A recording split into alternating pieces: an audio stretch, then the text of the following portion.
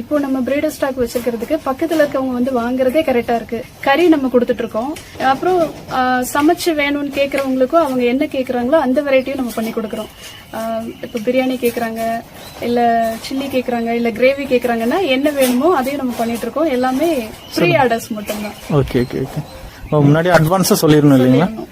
நம்ம வந்து மீட்டுக்கு கட் பண்ணும்போது அதுல கிடைக்கிற பிளட் எடுத்து பை ப்ராடக்டா ரேபிட் பிளட் ஹேர் ஆயில் பண்றோம். நம்ம அடுத்து ரேபிட் பிளட் பெயின் ரிலீஃப் ஆயிலும் பண்றோம். ஹேர் ஆயில் பாத்தீங்கன்னா நம்ம ரேபிட் பிளட், அப்புறம் நம்ம யூஸ் பண்ற ஆயில் பிளஸ் ஹெர்பல்ஸ் எல்லாம் சேர்த்துதான் நம்ம இதை காய்ச்சி ரெடி பண்ணிருக்கோம்.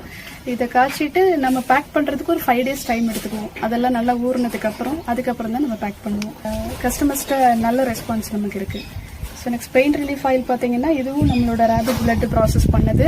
இதுலயும் நம்ம மூட்டு வலிக்கு தகுந்த ஹெர்பல்ஸ் எல்லாம் சேர்த்து எண்ணெய் எல்லாம் சேர்த்து காய்ச்சி அதுதான் நம்ம ரோல் ஆன் டைப்ல கொடுக்கறோம். இதுவும் எல்லா ஏஜ் பர்சனுக்கும்